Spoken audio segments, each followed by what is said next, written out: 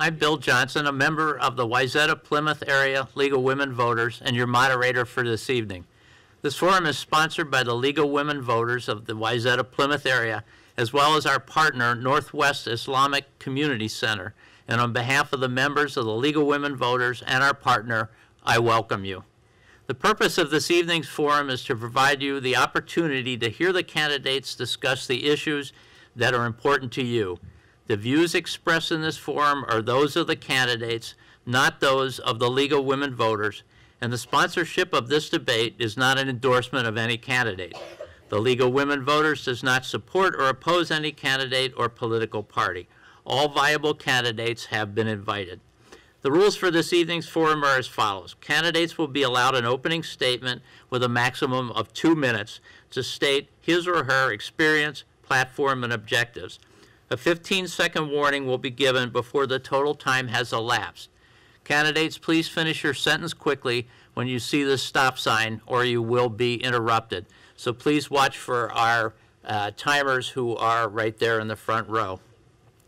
Opening statements will be given in alphabetical order, and the questions shall be answered in rotating order.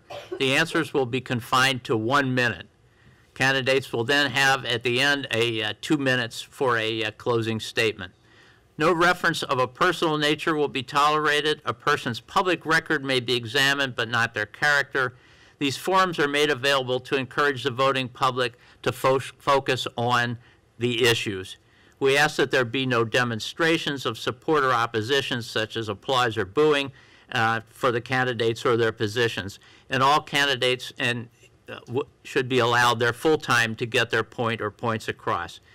We will thank the candidates with applause at the end of the evening.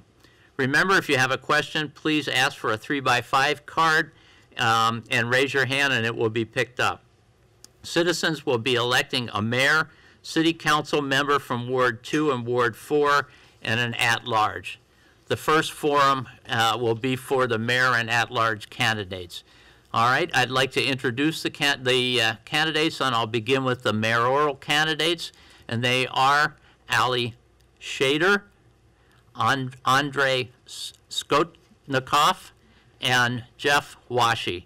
The candidates for the at-large seat are Dan Brown, Ned Carroll, and Marky Williamson. We will start with the opening statement from Ali Shader. Thank you to the League and the Northwest Islamic Community Center for putting on this forum. Good evening, my name is Ali Shader. I'm a former U.S. Army captain and bomb squad officer. I spent approximately 5.5 years in the Army on active duty, where I held various leadership positions from team leader all the way up to company commander. In that time, I had the pleasure of leading some of the smartest, finest, and toughest individuals that this country has to offer. I also gained extensive leadership experience leading and working with individuals from varying backgrounds to put their differences aside and work together towards a common goal. As a bomb squad officer, it's exactly that. I was the person who was putting on the bomb suit and walking towards danger while others were running away. I've got a pretty steady hand. Thankfully, all my limbs are still attached. And I know how to stay calm in the face of chaos. I have a Master's of Business Administration from the University of Minnesota, and I currently manage and grow a pretty significant business for one of the corporations headquartered here in the Twin Cities. I'm married to my beautiful wife, Maggie, and we're parents to our 2 wonderful children, Nora and Harris. I decided to run for mayor after I spoke with many of our community members who didn't feel like their voice was heard or cared about. Community members who were part of citizen advisory groups that were disbanded. Community members who went to our council with calls for help to alleviate the train horn that the train made as it rumbled through their neighborhoods, and were met with responses like, "This isn't a city issue," or "You knew what you were getting into when you decided to move here." Leadership is a sacred honor that can't be taken for granted, especially in government positions. The people whom we elect to positions of public trust have that sacred responsibility of making their people's concerns and issues their own. And when that trust is broken, it's the duty of the community to find a leader who will. Tonight, I ask you to scrutinize everyone up here and truly look for the person whom you think is worthy of that trust, knowing that the person you vote for will be mayor of our community for the next 4 years. I hope I can earn your trust. My name is Ali Shader, and I ask for your vote to be your mayor. Thank you. And now we will hear from Andrei Skotnikov. Good evening. My name is Andrei Skotnikov, and I'm running for a position of mayor. I'm first-generation immigrant and proud citizen of USA. For the past 7 years, I called Plymouth my home. I love this community and hope to run it even better. For the past couple decades, I worked for multiple corporations, including Case IH and John Deere, developing technology, equipment, marketing, and overall systems integration. I have a 4 advanced degree in business and engineering, which gives me a deep technical knowledge and broad set of skills, which I would like to apply to manage our city. In a personal note, I'm happily married for 42 years. We have 2 children, 6 grandchildren. As for issues, I'm going to address safety, education, and better usage of resources. Thank you very much for your attention. Thank you. And now we will hear from Jeff Washi. Hi, I'm Jeff Washi, and I'm running for mayor. First, I'd like to thank the League of Women Voters and the Northwest Islamic Center for hosting this candidate forum tonight. I'd also like to thank the candidates here for participating in this process, and also to Mr. Shatter for his military service to our country as a father of 2 sons who have served in the Navy. I sincerely appreciate that service. My wife and I have lived here for 18 years. We raised our family here. I've had the honor to serve on the City Council for the last 7 years, and I care deeply about our community. I believe it's important to listen to our residents, which is why I've already knocked on thousands of doors to hear issues or concerns that people may have. I think it's vital for our community to have good schools and safe neighborhoods. I've served on boards of numerous community organizations, including the Wayzata School District's Community Education Advisory Council. I have a vision to keep Plymouth strong and on a path of continued fiscal responsibility and economic growth. Plymouth has the lowest city tax per capita of any of our peer cities in Hennepin County and the 2nd lowest debt levels. Together, we will keep our community well managed, served, and protected by its fire and police.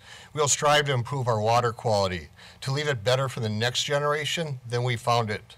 We will focus on quality streets, accessible transportation, a bus system that serves its residents.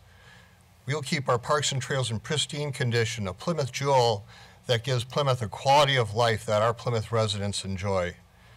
All of these are foundations of a strong community, and Plymouth has successfully provided these services while keeping taxes low. With careful planning and strategic investments, we can ensure that Plymouth continues to be a welcoming environment where residents can live, work, and play for years to come, and where businesses can thrive and grow. Thank you. And now we'll hear from the at-large candidates, beginning with Dan Brown. I'm Dan Brown, and I'm running for City Council. Thank you to the League and to the Northwest Islamic Center for sponsoring this forum.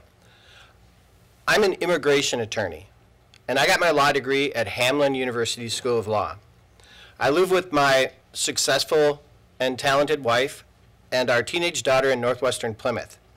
I kayak on Medicine Lake, bicycle on Plymouth's roads and trails, hike in its parks, and shop at its farmers market. I've volunteered for organizations all my life, and I've served on nonprofit boards of directors in the past. As an attorney, I run my own business. I was inspired to run for City Council because I love Plymouth, am inspired by its long history, and see its potential for the future. Plymouth is a beautiful, diverse city. As an immigration attorney, I see a similar beautiful diversity pass through my offices every day, and I'm running to bring the qualities of diversity, inclusiveness, and robust debate to the Plymouth City Council. I'm running for City Council to help Plymouth meet its potential. I'm running to help Plymouth come up with solutions for businesses fleeing the area. I'm running to help Plymouth restore important commissions disbanded by the City Council on human rights and transit and others. I'm running to help Plymouth consider citywide solutions for its hard and distasteful water. On a supposedly nonpartisan council, I'm also running to restore some political balance. I'm running to explore also new ideas for Plymouth, like using native plants more widely in city planning, community solar, and I'm running because I know we need to address the train noise and stop being pushed around by Canadian Pacific. I hope you'll join with me. You can find out more about my campaign at my Facebook page, Dan Brown for City Council, and I'm looking forward to earning your vote. Thank you. Thank you. And now we'll hear from Ned Carroll. Thank you. Hi, I'm Ned Carroll, and I'm running for re-election to the Plymouth City Council. It's been an honor and a privilege to serve you, and I'm asking for your vote on November 6th. I also want to thank the League of Women Voters in the Northwest Islamic Community Center for putting on this debate. Along with my wife, we have been Plymouth residents for 24 years and are raising our 3 daughters here.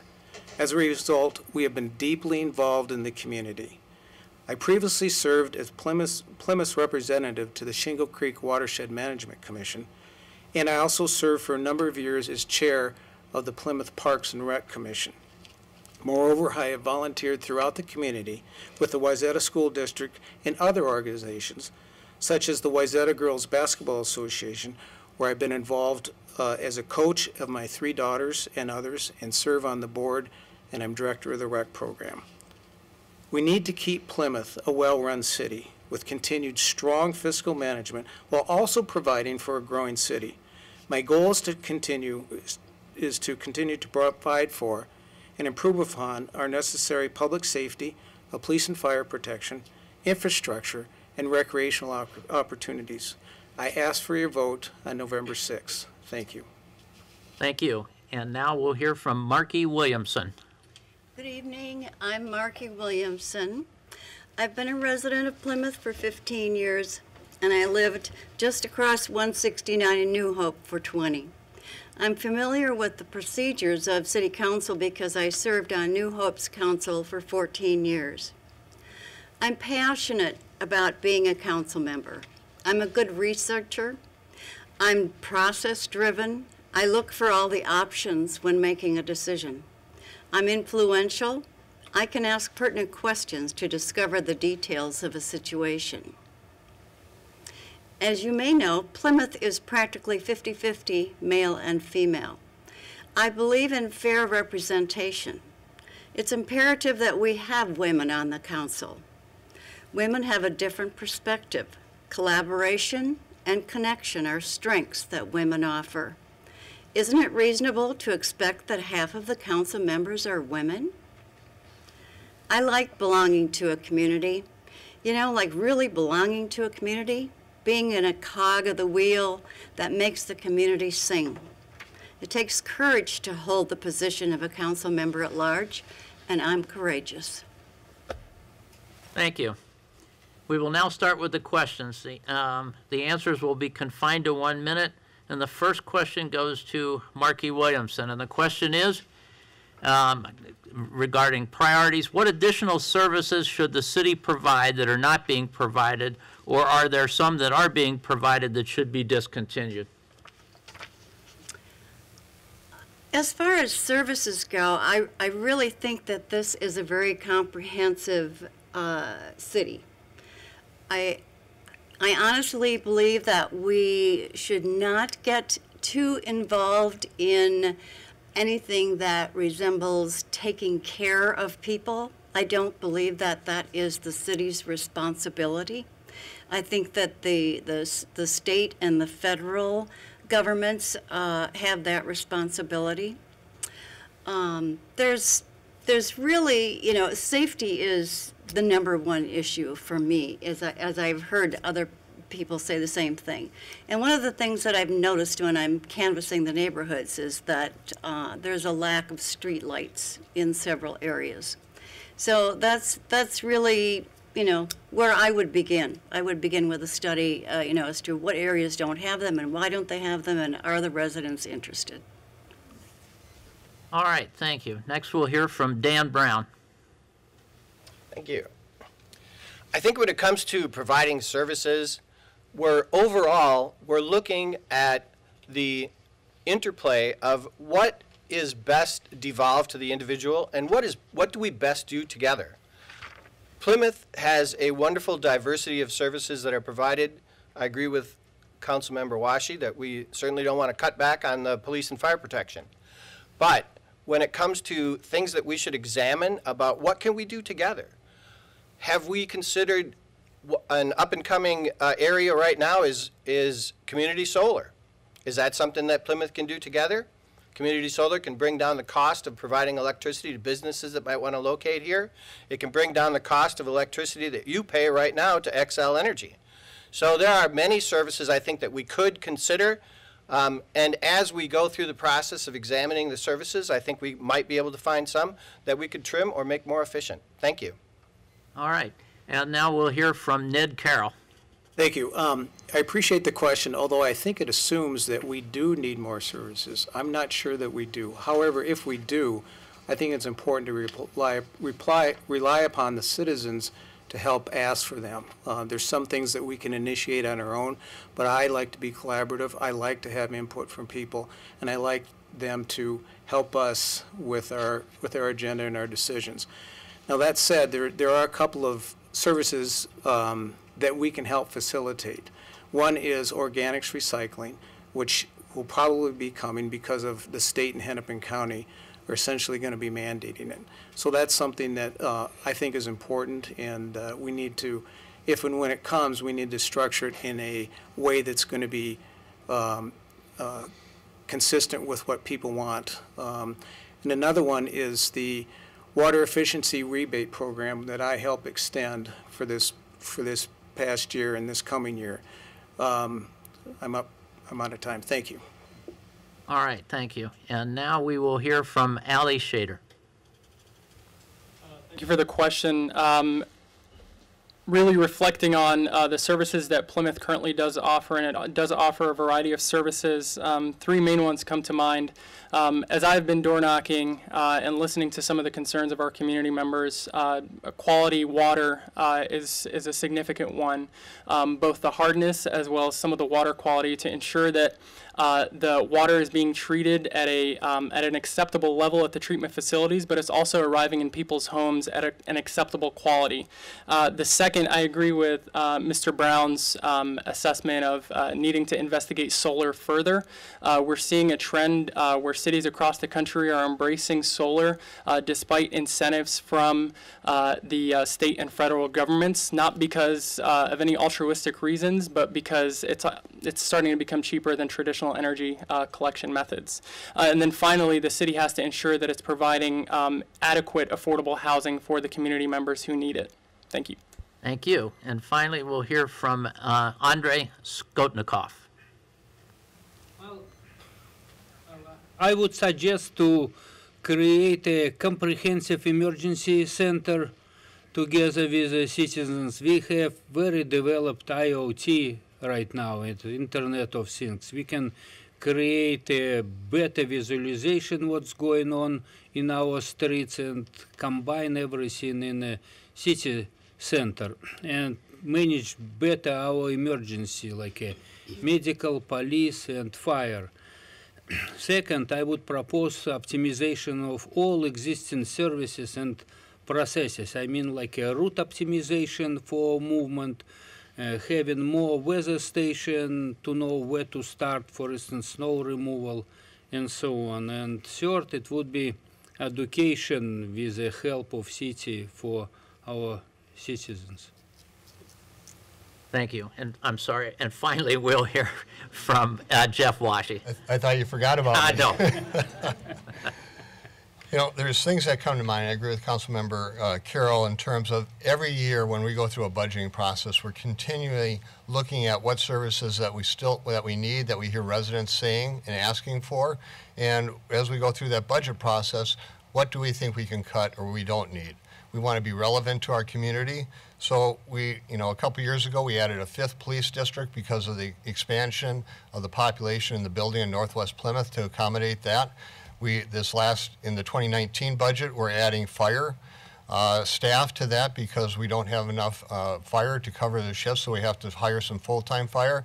Number one priority is keeping our residents safe. So police and fire have our priority. Then we're doing street sweeping in-house instead of contracting to keep phosphorus from getting into that. And plus plowing, we're adding 2 staff to plowing. And I'm going to run out of time, but also I wanted to talk about aging housing in Plymouth. That's something we need to address as well. All right, thank you.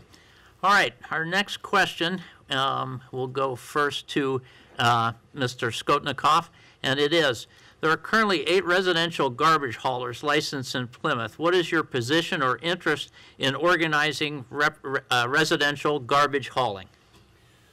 Well, I would reduce considerably number of truck running through the street. For instance, I live in a cul-de-sac and we have like 5 companies running trucks. We don't need it.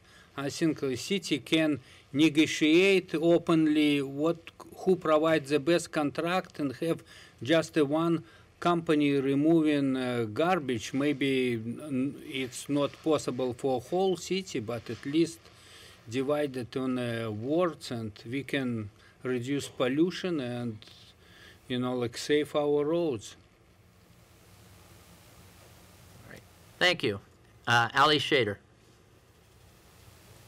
I think competition is the backbone of our free market, and I think it's necessary to maintain the current number of companies that we have that are competing for our community members' dollars to collect their trash.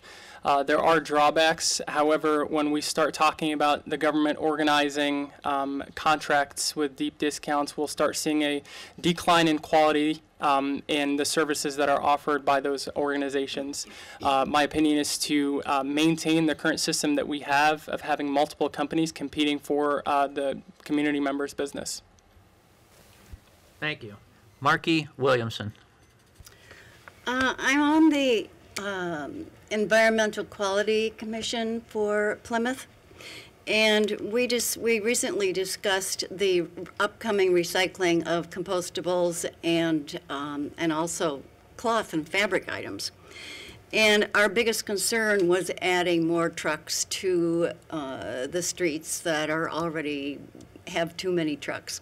So we are looking at several alternatives by, you know, putting things together, recycling, and then we add a bag that has the compostables in it. You know, we're just looking at it from every angle so that we don't add more trucks. I don't have a personal opinion about whether or not we keep it individual, letting everybody have their own individual hauler, or to have it citywide. It's one of those things that gets everybody excited. I know that for sure. All right, thank you. Jeff Washy. I'll say you will be surprised at how residents love their garbage haulers. I'll tell you one thing, most of them don't want to be told who they have to use. They want the freedom to be able to choose the hauler they have. A lot of them have used them for 30 years. A lot of them, they run their specials and turn them over. But they don't want the government telling them who they have to use. In addition to that, the Minnesota State Legislature, I think it was 2 or 3 years ago, passed a law that said if the city does do that and mandate that, they have to keep the number of haulers in place and they have to divide it up by existing market share. So whatever Randy's has today, Randy's gets and they're locked into it, and then you're going to see a decline in service because all of a sudden they're not accountable because they're guaranteed that pro rata share that they have. So I'm not in favor of doing that at all. Thank you. And Dan Brown. Well, Plymouth has great garbage hauling. I visited a friend in Canada a couple of years ago, and when I was in Canada, everybody in Canada has to sort their recyclables down to the very smallest thing. Plastic goes here, and glass goes here, and this goes there. Plymouth has done a pretty good job so far of single sort recycling. So when it comes down, and I agree with Mr. Shader about competition. Competition is the backbone of this country. So then when we realize that those are that's the framework within which we're considering garbage hauling, then how are we examining that? Well, when we look at garbage hauling, we really have to look at the efficiency of the garbage hauling system that we have, the competition, and then weigh that against traffic on the streets, weighing down resources, and safety. So what the people want is their garbage hauled the way it's hauled now. What we can do is use the right terms to examine that and make it better. All right, thank you. And Ned Carroll. Thank you. I'm not in favor of organized garbage collection. It's been done in Minneapolis and St. Paul. St. Paul just instituted it, and people get really upset about it. There's some who are in favor of it, and in Plymouth, I've heard some who are in favor of it. Overwhelmingly, people are opposed to it. People like their own garbage hauler. And so I'm not in favor of doing that. Thank you. Thank you. And you get our next question first here. Would you, Ned Carroll, would you make any changes to the city's water supply policies, and what fiscal impact would that have on the ratepayers? Mr. Carroll. From what I know about it at this point, I don't think we need to change our water supply. And we have a good rate structure, and we have incentive programs to help people conserve. I've mentioned the water efficiency rebate program. I'm certainly in favor of it. I advocated for and successfully increased the amount of funding for this year and next year. It was scheduled to go away, but I think it's very important. I think there's a coming crisis in water supply and water management in the coming years, and we need to do everything we can to help conserve this precious resource that we have and institute good behavior, good patterns with our citizens. Thank you. Jeff Washy. In our 2040 comprehensive plan, we have a policy that says to meet or exceed all federal and state drinking standards. So it's the state and the federal that sets what our drinking standards are, and we are expected to meet or exceed those standards. We also have a policy to protect our groundwater from contamination, conforming to our wellhead protection plan. Now, I've heard some of this issue a little bit, not a lot, a little bit in the, of all the door knocking that I've done in terms of our hard water, just because we have clay. I mean, that's what we have. If we did a little bit of research into this, the cost of a citywide system to try and soften our water would be $84 million for the infrastructure. That's just for construction cost alone, not for land acquisition cost, not to mention the millions of dollars that are going to be added operating costs that would incur this. So I'm not in favor of really doing anything or changing anything. I think our water meets our standards, and we just need to make sure it continues to do so. All right, thank you. Marky Williamson. I have not studied this issue, to tell you the truth. I'm not on the council currently, so I don't have all the background information I'd like to have in order to have a valid opinion. I would agree that the water is hard. I don't think I would be in favor of spending $84 million to take care of that. But I think it certainly is an issue. I would be interested to know what is behind this question. But I would be willing to certainly spend some time on it and have the staff study and see what the options are, see what other cities are doing. Yeah, like that. All right. Thank you. Andrei Skotnikov. Well, I would propose to use soil moisture sensors instead of timing for irrigation, at least city properties. In this case, we can irrigate when it's needed and certainly combine it with a time of the day instead of, like sometimes you are walking around park and you see like sprinklers are working and at the same time we have rain. And I would promote the same for our residents. It would economize significantly for them water bill, and we can save water. And certainly I would again investigate for the future potential time bombs in our aquifer to predict what kind of danger we might have from ground contamination. Thank you. And Ned Carroll. Oh, I'm sorry, Dan Brown. I can try to answer again. I think when we're taking a look at what's going on with the water, we're framing up an issue of what's best done at the individual level versus what's best done at the city level or something bigger. So when it comes to if rewarding efficiency, I'm all for it. I think Plymouth should be all for it, and I think the Plymouth City Council should be all for it. But when we get into other areas, then there are ways to leverage community activity and ways to leverage city activity. So take, for example, solar energy. Solar can be brought in at a city level, or it can be put on your house. Right now, XL Energy has rewards for solar that's put on your house. They'll pay a certain percentage of your energy. So when it comes to water, I think what we need to examine is we need to examine what's best done at the city level for everybody working together and what's best done at home at your tap. All right. Thank you. Thank you. All right, the first question on this round goes to Dan Brown, and the question is, with increased... Forgot me. Oh, I'm sorry. Oh, I'm sorry. It's okay, my answer wasn't that good anyway. No. Mr. Shader. Water is a shared resource and it should be protected. Now, I agree that we need to reward efficiency. We have technology that makes our lives a lot more efficient, and we need to continue our water rebate efficiency program. The state and federal government regulate standards, but that doesn't mean that we should be satisfied with that as the minimum for us. We can exceed that standard, and we don't have to spend $84 million installing a citywide water softening system.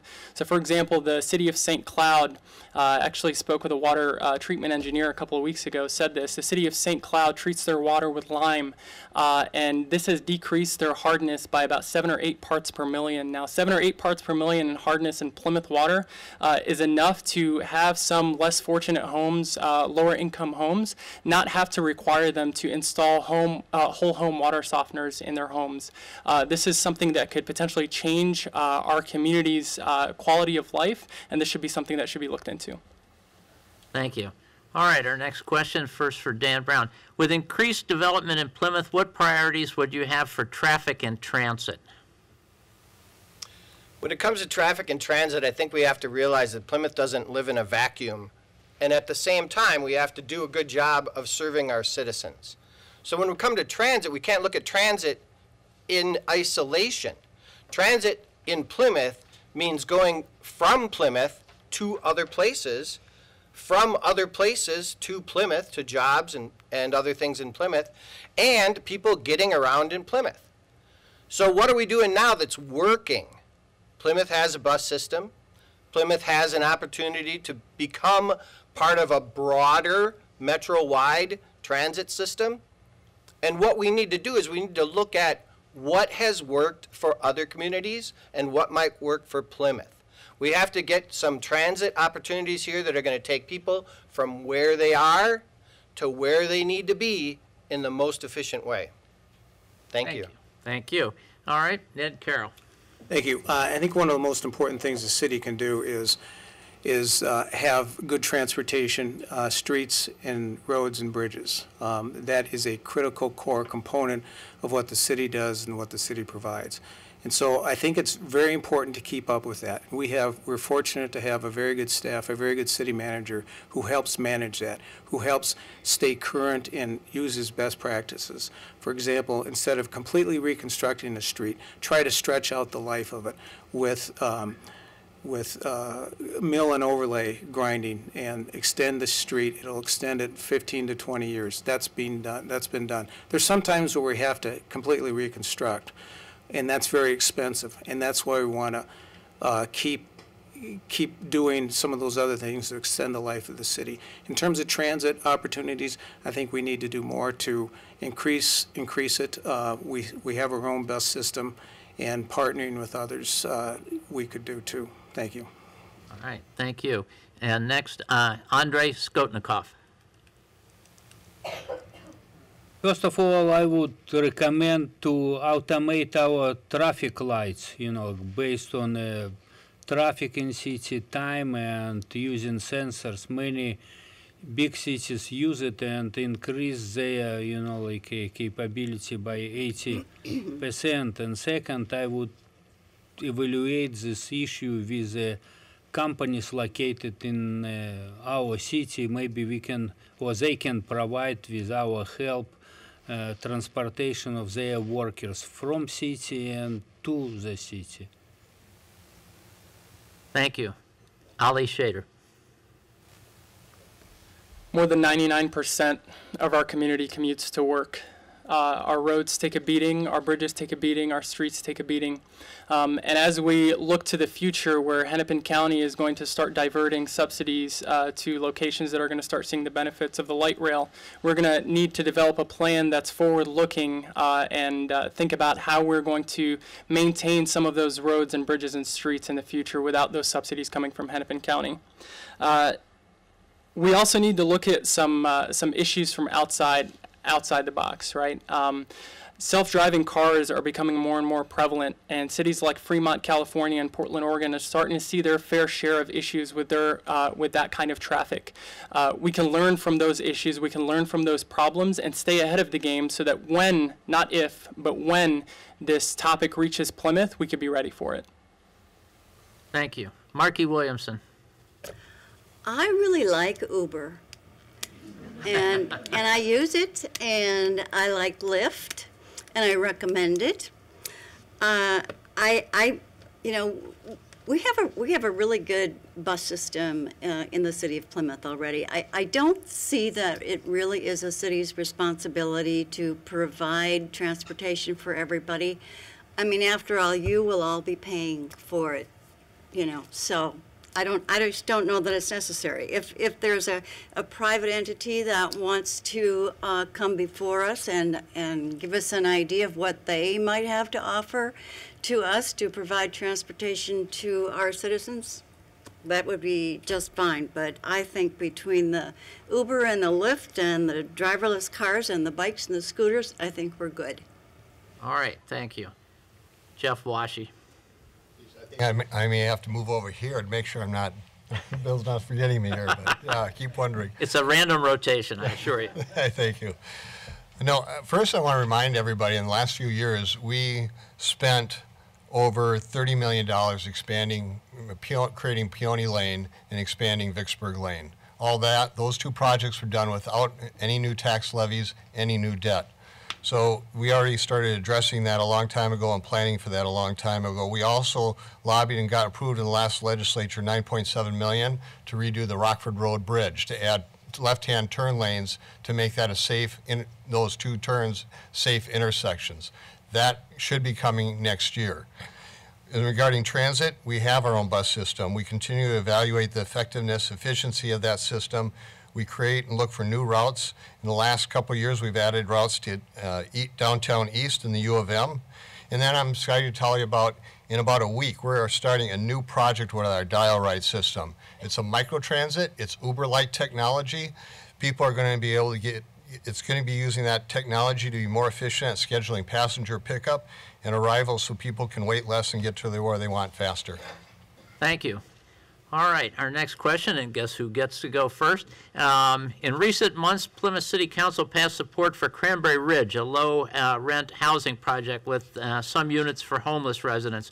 Would you support the Cranberry Ridge project or other alternatives? Mr. Washy. I did vote to approve the Cranberry Ridge project. That was passed on a 4-7 vote, so I'm proud to have supported that. People don't necessarily realize 41% of Plymouth's existing housing is affordable to low and moderate income households. I support providing assistance to owners of affordable rent, especially our homestead residences. We're creating affordable housing in Plymouth. As part of the city's TIF finance, we require the new access departments to have 10% of their units to be affordable. We approved that Beacon. That will add 45 units of affordability. And the Sand Company is looking at adding 57 units in the near future. That's a total of 118 units. Now, by 2030, we're going to need 596 additional units, according to a housing study that was done. But that gets us 20% of the way there with another 12 years to go. So I think we're being very much ahead of this and being proactive in trying to address affordable housing. Thank you. Marky Williamson. I would agree. I think Plymouth has stepped up and is really doing a good job in this area. Cranberry Ridge, I think, is a very creative idea, and it's exceptional for a city this size. I would support what the city is currently doing. Thank you. Dan Brown. Paul Wilson once said, we all do better when we all do better. And what I think that means is I think that means that we don't always hide behind the government made us do it. Sometimes we figure out what our citizens need, and then we as a community step up. I support Cranberry Ridge, and I support other developments of its type.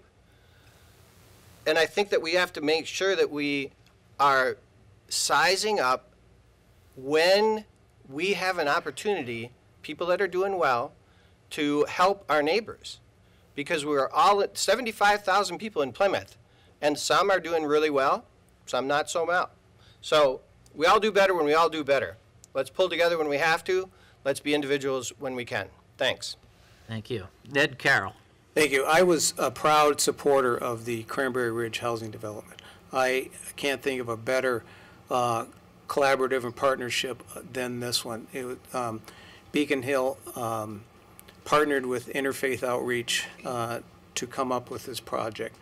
And Beacon Hill has had other projects around the metro supporting affordable housing. I went and looked at one in South Minneapolis, and I walked in and it was pristine. The people living there were so happy to have that opportunity to live there, to live in decency and pride, and they took care of it. I asked, I thought did this just open? And I was told, no, it opened 7 years ago. People need decent places to live. And I was proud to be able to support it, and I'm hoping their funding comes through because we need more housing options like that. Thank you. Andrei Skotnikov. Well, I support this project. In generally, I would add education and again our public transportation for maximum impact. You can, like re-educate that homeless people, provide for them job and transportation to their job to make it a stable project. Thank you. Ali Shader. I'm supportive of the Cranberry Ridge project. We do better as a community when we help each other. The question that I do have, though, is our current affordable housing enough? Do we have too much? Do we have too little?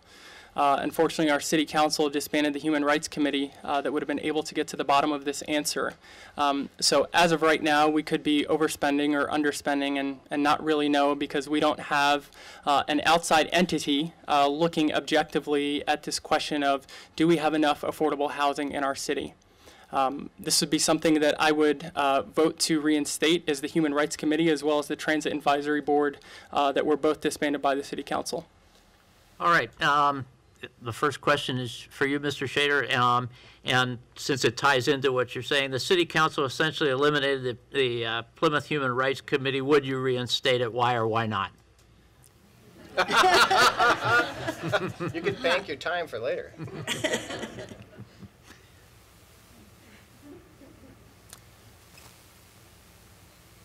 When I was in the Army, one of the commanders that I really admired, before he made a decision, he used to go around the table and ask everyone what their opinion was.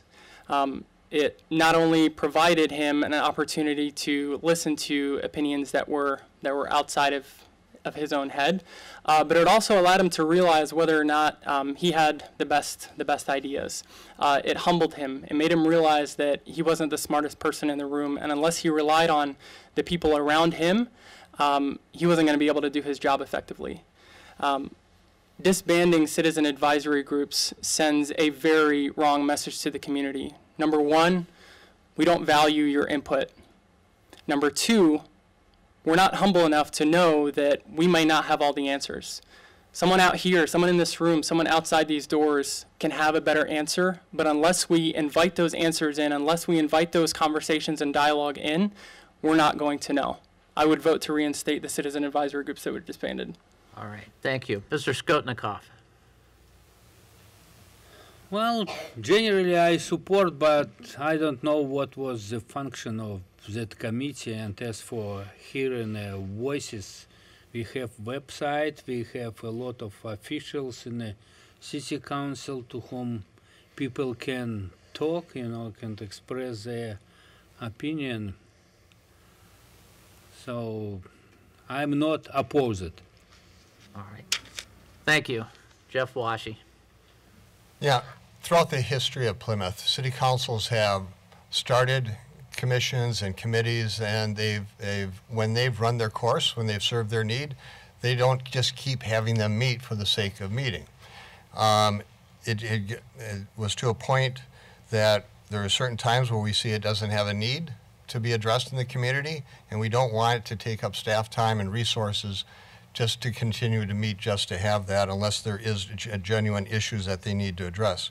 Having said that, I would just push back on the statement that was made on needing a human rights committee, because to really know how much affordable housing we have, we know exactly to the unit. I said before, by the 2030, we have a housing market study that says we need 596 units. We know how many units we need at the 30% of income level. We know at the 50, at the 60, and the 80% level. We have that information. We know exactly how much housing we have out there. We have a staff that provides all that information. My time's up. Thank you. Dan Brown. First of all, it's hard to believe that human rights has run its course in Plymouth. Other than that, I'd say, yeah, this is just a small sliver, right? So how does the Plymouth City Council get information from its people that provide expertise to the Plymouth City Council so they can make better decisions? When you talk about human rights and what falls in the category of human rights, I agree with Mr. Shader. You might find out all kinds of things about human rights by having a committee that advises the council. You might find out that everybody wants to have a bike rideshare program, which we didn't even talk about in the transit options. You might find out, if we had a Human Rights Commission, that we needed not only an Islamic community center, but maybe we also need a Bath one. We need a Catholic one. So we might find out all kinds of things from a human rights perspective. And so, yes, I support that. Thank you. Thank you. Ned Carroll. Thank you. I was not part of the council when it was disbanded, so I wasn't privy to all the discussions that went forth on it. Generally, however, I would be supportive of having a body such as that, but I would like to have it with a defined mission, a defined role, and so it can help us as council members work on those issues. Diversity is a component of that, and it is critically important to Plymouth. Plymouth is becoming more and more diverse, something I'm proud to see. All you need to do is look at those wonderful pictures out in the lobby, and there you'll see diversity after diversity in all sorts of forms, whether it's gender or race or age or whatever. And I would be proud to be part of that. But again, it has to have a defined role and a certain function. Thank you. Marky Williamson. Thank you. I would agree with what Mr. Shader had to say, and I won't keep you any longer. I think most people up here seem to be in favor of reinstating it, and I certainly would be as well. All right. Our next question will start with Ms. Williamson, and it is, fiscal matters matter. The city has an $80 million budget. What's your experience in overseeing or managing budgets? Well, I have been an association property manager for a number of years, and so I have put together budgets and have advised board of directors how to stay within the budget and remind them when they think that they need to go outside of the budget. So I've had a lot of experience with it. Plus, serving on the council in New Hope, we also dealt with the city budgets. This budget is enormous, and this city does wonderful things. I attended the study sessions with the city council, and I found that the staff is so dedicated and so smart, and really had some good backup material for when they asked for things, and some things were granted and some things were not. Thank you. Ned Carroll. Thank you. In terms of experience of dealing with the budget issue, all I need to know is I'm a incumbent council member at large. I've been dealing with it the last 4 years. Previous to that, I was on the Plymouth Parks and Rec Commission. There we dealt with the budget tangentially in terms of supporting the city council.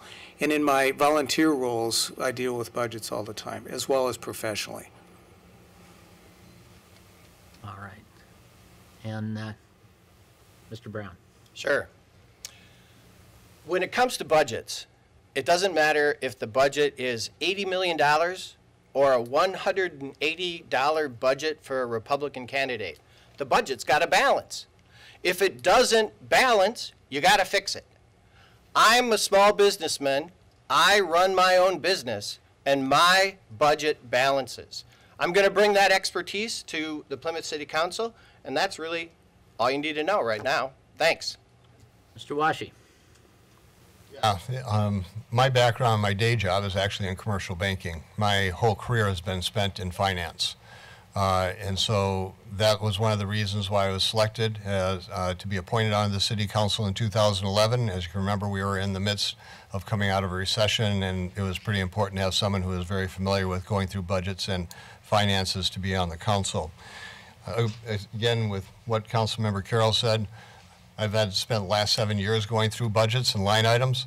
And trust me, we're going through that. We're going through every single line item of that budget, making sure what's the change and making sure we're accountable, because I believe we're spending your money. The money that's in that budget is your money. It's your tax money that's going to pay for it. So we have to be accountable for it, and we have to be careful with how we're spending that money. Thank you. Mr. Skotnikoff. Well, I started my career managing 120 people in farm production. It was 76 tractor drivers, 45 truck drivers, 16 people in the workshop, and so on. And through my whole life, I was a manager. And here in Plymouth, I manage a budget for huge agri holdings up to $150 million. And plus, I have MBA, and as well, I agree with being a small businessman, you need to manage your budget. Never had any debts in the United States. Thank you. Mr. Shader. I just want to make something very clear. Banking is not synonymous with finance. Finance is discounting cash flows, net present value, time value of money. It's very different subjects. When I was in the Army, I managed a $2 million budget and a $25 million inventory. I currently run over a $100 million business and grow that business. It is important. It's an important skill set to have to be able to balance a budget, but it's even more an important skill to be able to find where the room is in the budget so that you can identify projects that you can go after in the coming years. These are skills, both skills that I have from both my experience in the military as well as my background in education of a Master's of Business Administration and my current day job as the manager of a pretty significant business. Thank you. Our next question will go first to Dan Brown. The Star and Tribune reports that sexual abuse crimes rarely get the same priority as other serious crimes. Would you support continued funding to train our police officers in matters of racial profiling and in dealing with mental illness, domestic, and sexual abuse situations? Yes. Ow. That's not, I mean, is that up for debate? I'm sorry, that's, not only that, but the police need sensitivity training in dealing with sexual assault. We need to we're in the middle of the Me Too movement. And we need to respect the fact that there are people out there that are hurting, that have been hurt, and that the police need to do a better job of interacting with the public. And so not only do I support that, but I support looking into whether the police are handling things on a case-by-case basis in other sensitive areas as well. So, answer is yes. Thank you. All right, Mr. Washi. I'll take 10 seconds to respond to Mr. Shatter in that, when I was at Wells Fargo, I actually managed a division with a $10 million budget. So there are times that in commercial banking we have that to do as well. You know, I will take pride in answering this question because our public safety director, Mike Goldstein, has led the charge statewide in this. He has looked at mental health. He, not only just in terms of how you deal with that in the public, he's done that with taking care of the mental health of his own police department. He has, 2 years ago, he was on president of the Minnesota Chiefs of Police for a year, and he led, that was his year to lead that charge statewide and try and get all these departments to do that and to take that on and all that type of training. So I think that's something where we've really been a leader and proactive that, and a lot of that is thanks to our public safety director, Mike Goldstein. Thank you. Ned Carroll. Well, I'll certainly echo those comments. We are very blessed to have Mike Goldstein as our Chief of Police and Chief of Public Safety. He is an amazing guy, an amazing resource. He is he takes an approach to holistic policing, and he takes that seriously. So it's not just cops and robbers, but it's training the police. More and more, it seems like their job is as a social worker, and the situations that they have to deal with are incredibly complex, incredibly challenging. So it's like, when do you know to use force and when do you know not to use force? He has been a leader in helping the police not use force. As a result, we haven't had any excessive force claims against us. Thank you. Mr. Shader. I'd like to echo the comment that our current chief of police is, we're blessed to have him. And I agree that we should listen to him on matters that he brings to the city council. A couple of years ago, Mike Goldstein brought a comment from the Minnesota Chiefs of Police recommending to the city council that they provide or draft a resolution of legislative support for a common sense gun law that was being recommended by the Minnesota Chiefs of Police. Our city council chose to not listen to him, so it's kind of odd listening to these comments about support for Mike Goldstein, but when it actually came to something that he made a recommendation to the city council, our city council didn't listen. Thank you. And Marky Williamson. My answer is yes, definitely. I support all of those programs. But I'm just going to put a plug in for the Plymouth Police Citizens Academy. If you have not taken part in this, I recommend it strongly. It's an opportunity to learn how the city works, learn the history of our police department, and how the philosophy of policing has changed over the years. You'll meet the police canines, you'll see firsthand the SWAT gear and the transportation and how they operate. The fire department is also a part of this education. You'll learn why these dedicated individuals give their time and are willing to face the dangers that arise in a fire. At the completion of this course, I was so proud to be a Plymouth resident and left there with a new respect for these men and women in uniform. Thank you. Mr. Skotnikoff. Yes, I would support, and I would combine it with the education of our residents about their rights and how to handle their complaints and so on, because many people just don't know where to approach and whom to approach. Thank you. Thank you. All right. This will be the final question, and we'll go first to Mr. Washi. There's a chance that the elections will result in a council made up of 6 men and 1 woman, all white. What have you done and will you do to promote diversity on the council, the committees, and city staff? Well, you know, I think as a point was made earlier that this city is changing and you can see it.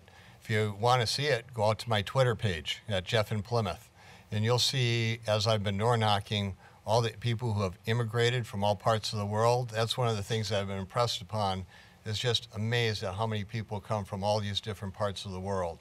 We have an Indian population that's very significant, as well as different other ethnic populations. I want to encourage everyone to participate. And it doesn't have to be, you know, on the council. That's great if it's on the council, but be on committees. Be on, participate with the city and volunteer for the city. We have a great volunteer organization, and many people do. There's many ways you can get involved.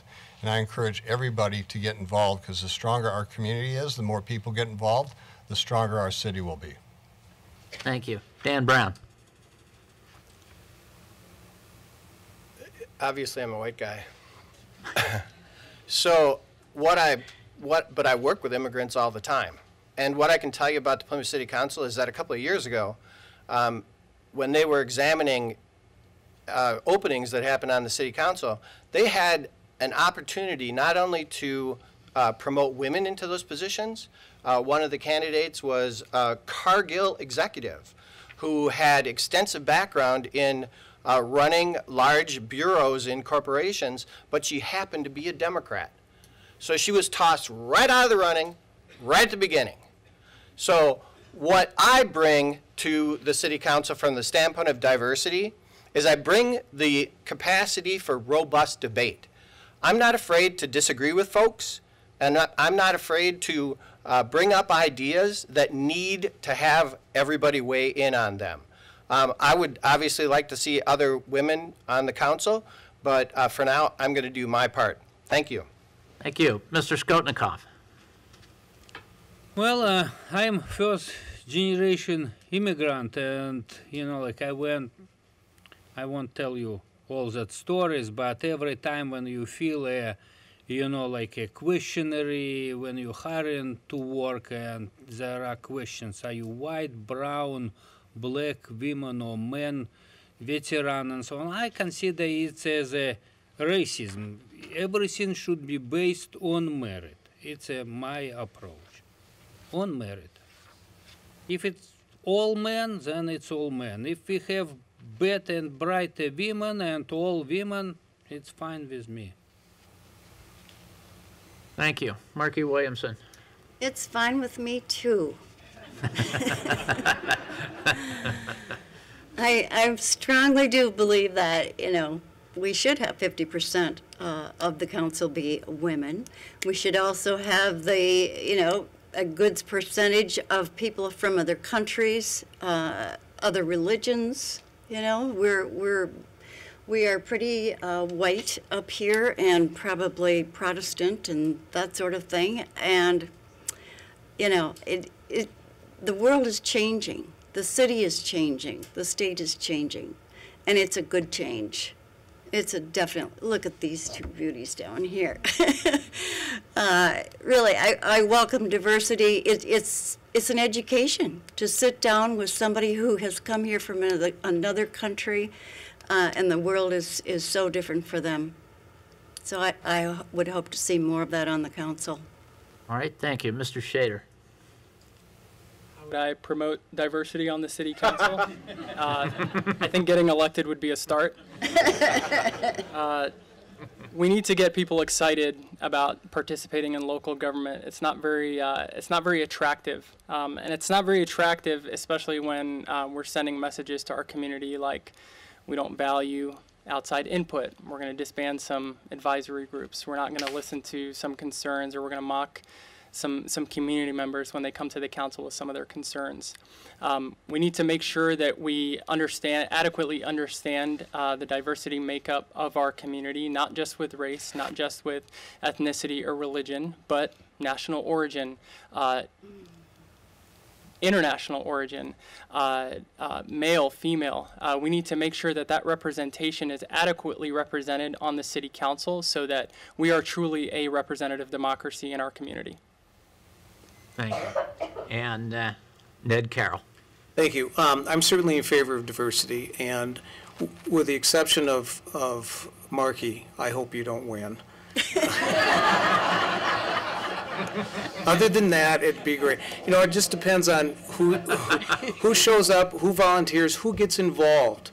And I would certainly appreciate more diversity in terms of gender and race, and those aren't the only two components. It could be geographical balance. It could be life experience.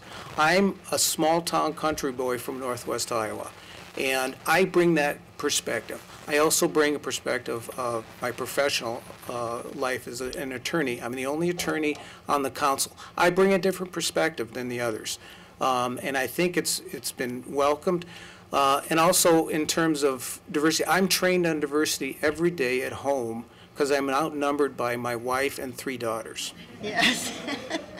All right. We'll now have closing statements. Each candidate will have up to 2 minutes.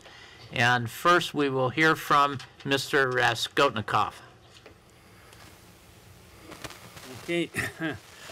Well, in a closing statement, I would like to say why I am a good candidate. Well, because immigrant first generation, I have experience with immigrants issues. I work in 16 countries and I have this kind of issues. I, have grandchildren, children connected deeply with the 4 generations here. I lived in a big city, 2 million citizens in the high rises over 30 years and used all kind of transportation. I have hands-on experience with all city issues, and I'm very creative, innovative. I have 30 patents and I can find better solutions for our city. Thank you. Thank you. Maybe we should have had a question about the power grid, but all right. Marky Williamson. Well, here's the deal. I'm a caring, concerned individual. And as a council member at large, I will not be representing just a few of you. I will be representing the entire city. And all the decisions I'll make will be keeping all of the Plymouth citizens in mind. Even though a solution may look good today, how will it affect the city's future? That's the bottom line. I attended the City Council budget sessions, and I was very impressed with the presentations from the city staff. We are a fortunate city to have such talented and dedicated people working for us. I look forward to the opportunity to work with them closely and also with you. And I'd like your vote. Thank you. Mr. Shader.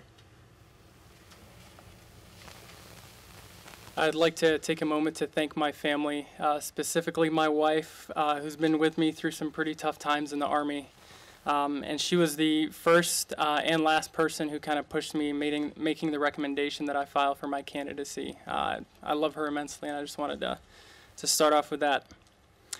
I'd like to remind everyone that this is an open seat. There is no succession in Plymouth. There is qualification, there is character, and there are values.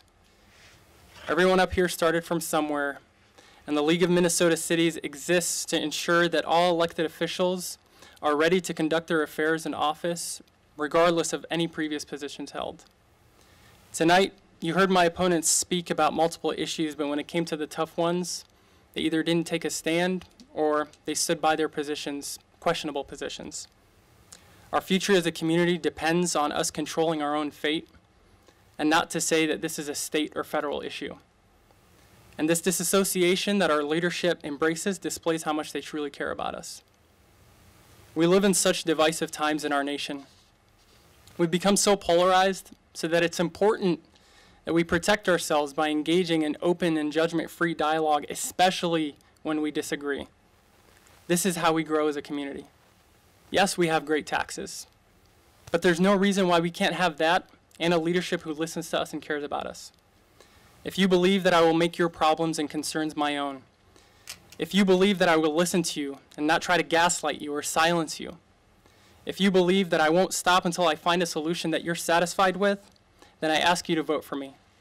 Colin Powell said, the day that your people stop coming to you with their problems is the day that you stopped leading them. They've either lost confidence that you can help them or concluded that you don't care, and either case is a failure of leadership. Our leadership has failed us. I, Ali Shader, promise you, I won't fail you, and I ask for your vote to be your mayor. Thank you. Ned Carroll. Thank you. I'm Ned Carroll, and I'm running for re-election for the at-large position on the City Council.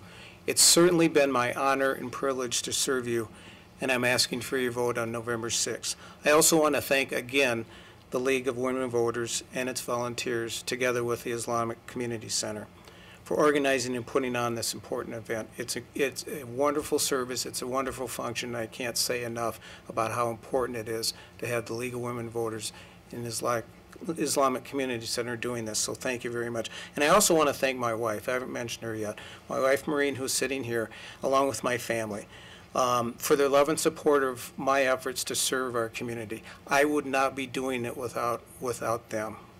First of all, I needed her permission. As I mentioned before, and she gladly gave it.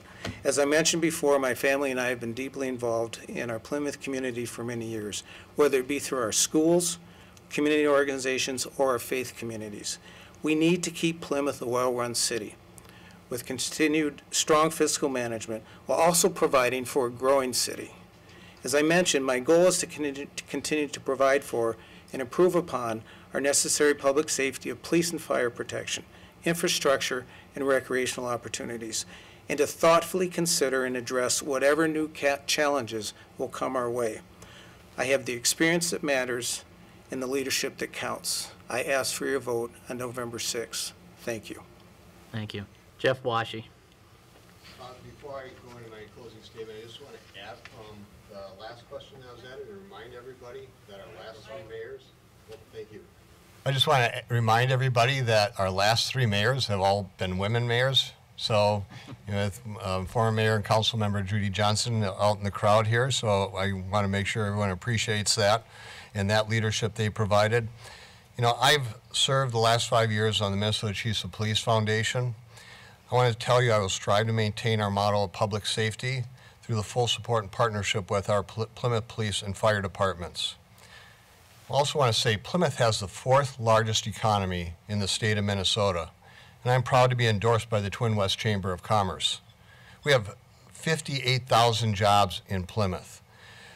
Business plays an important role as an integral piece that keeps Plymouth a thriving community and diverse tax base, keeping Plymouth a business-friendly community that continues to create jobs, support our tax base is important to keeping Plymouth strong. I'm dedicated to enhancing the quality of life we enjoy in Plymouth. I've done this as a city council member for 7 years, as a past president of the Wayzata High School PTO and Plymouth Rotary Club, as a member of the Wayzata School District Community Advisory Council, as a member of the Hennepin and Carver County Workforce Development Boards, as a member of the Transportation Advisory Board of the Met Council, which awards over $100 million a year in federal funds to transportation projects throughout the Twin City area. I'm proud to be endorsed by former Congressman Jim Ramstad, as well as Mayor Slavic. If you think Plymouth has been well managed, you enjoy keeping taxes low, you appreciate quality streets, our great parks and trails, the quality of life we have in Plymouth today, then I ask for your support. I've been knocking on doors shortly after the 4th of July. I've literally knocked on thousands of doors and talked to thousands of residents. I haven't shut anybody up yet. They've told me they want Plymouth to stay the course that has made it so successful. Plymouth is a great, strong city, and I'm running to keep it that way. Thank you. Dan Brown. Thanks again to the League and to the Center for sponsoring this forum. Before I go further, I just want to mention we really only have to look across the border to Wisconsin to see what happens when you take a whole state and you just make it open for business. So I want us to keep in mind that we are all working together to make a beautiful and vibrant community, not just setting up a staging area for businesses to do well. I hope what you've heard and seen tonight is that there are real differences in opinion on ways to help Plymouth thrive. Plymouth's diversity is its strength. It's full of immigrants, conservatives, and liberals, and it deserves a city council as diverse as its population.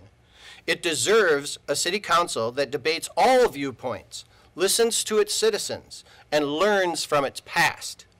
Plymouth is at its best when it figures out what we can all do better together and what's best left to the individual to sort out. Plymouth needs a nonpartisan city council that spans the political gambit in order to reflect Plymouth's political diversity. Plymouth needs to come into the 21st century in crafting state-of-the-art solutions for saving money and keeping its environment clean and beautiful. Plymouth needs to support international trade while not becoming victimized by a Canadian railroad company. I hope you have heard some things that interest and inspire you. Join with me and give me your vote for Plymouth City Council, and you'll still have a lawyer on the City Council. Thank you. This concludes the Mayor and At-Large Forum. Please join me in thanking the candidates with our applause.